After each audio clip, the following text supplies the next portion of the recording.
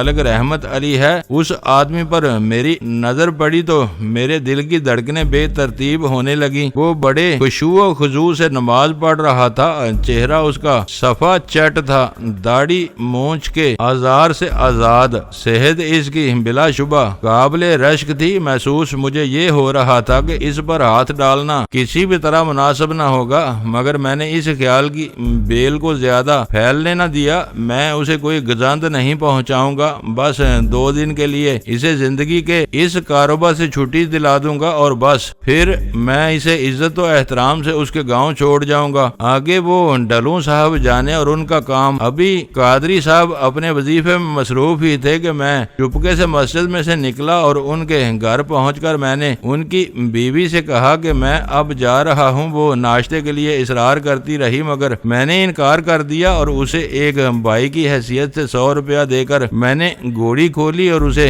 گام گام چلاتا گاؤں سے باہر نکل آیا۔ مجھے ملک رحمت علی کا انتظار تھا۔ ابھی سورج نہیں نکلا تھا، ملکی جیسی روشنی چاروں طرف البتہ پھیلتی جا رہی تھی۔ میں مسجد کے سامنے کھلے میدان سے ذرا آگے درختوں کے جھنڈ کے پیچھے جا ٹھہرا۔ وہاں کھڑے ابھی مجھے 15 ہی منٹ گزرے تھے کہ مجھے اس میدان میں ملک رحمت علی ایک اور آدمی کے ہمراہ چلتے نظر آئے۔ ان دونوں نے کمبل اوڑھ رکھے تھے اور سروں پر اونی کنٹوپ رکھ لیے تھے۔ صبح بہت خنک اور ٹھنڈی تھی، سبزہ اوس میں بھیگا ہوا تھا، آسمان بہرحال صاف تھا۔ میری نظریں ان دونوں پر جمی تھیں۔ وہ دائیں ہاتھ مڑے اور کچھ ہی دیر بعد نہر کی پٹڑی پر جا چڑھے۔ وہ نہر ان دنوں پایاب ہو رہی تھی۔ وہ گاؤں سے کوئی 1 میل آگے نکلے ہوں گے کہ میں گھوڑی دوڑاتا ہوا ان کی طرف لپکا۔ میرے اعصاب چٹک رہے تھے۔ اس آدمی پر مجھے ترس آ رہا تھا۔ اس نے میرا کچھ بھی نہیں بگاڑا تھا مگر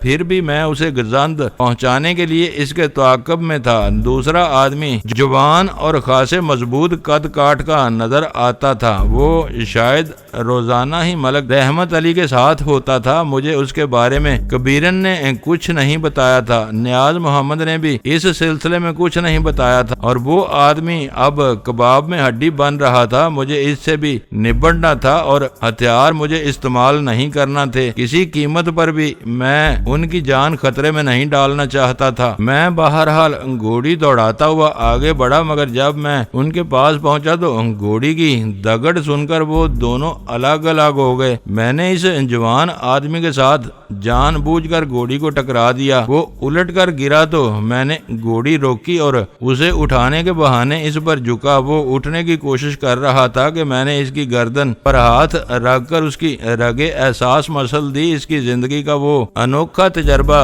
تھا۔ وہ بیچارہ بے سود ہو کر لڑک گیا۔ اس عرصے میں ملک رحمت علی میرے پاس پہنچ چکا تھا۔ اسے دیکھے میاں جی، یہ تو شاید بے ہوش ہو گیا ہے۔ یہ کیا کر دیا تو نے جوان؟ اندھا ہو گیا تھا تو؟ تیرا دماغ تو خراب نہیں ہے؟ ملک رحمت علی نے اپنے غم و غصے کا کوڑا میرے اعصاب پر برساتے ہوئے ایک نہایت ہی غلیظ گالی میری طرف لڑکائی۔ آدمی کی عبادت و ریاضت، اس کی راستی و منافقت، اس کی عظمت، اس کی پستی، اس کی طہارت اور اس کا خوب سے باطن، اس کے کردار کی ساری خوبیاں خامیاں غصے کی حالت میں آپ ہی ظاہر ہو جاتی ہیں۔ اس ملک رحمت علی نے پہلے ہی بار میں اپنا سب کچھ مجھے دکھا دیا۔ اس نے بھی اپنی شخصیت پر مصنوعی خول چڑھا رکھا تھا۔ اسے دیکھے ملک صاحب، پتہ نہیں اسے کیا ہو گیا ہے۔ میں نے اب کی بار اور زیادہ لجاجت امیز لہجے میں کہا۔ اس پر انہوں نے اس جوان کی نبض پر ہاتھ رکھا اور غصے سے پھنکارتے ہوئے بولے، اوئے تو ہے کون؟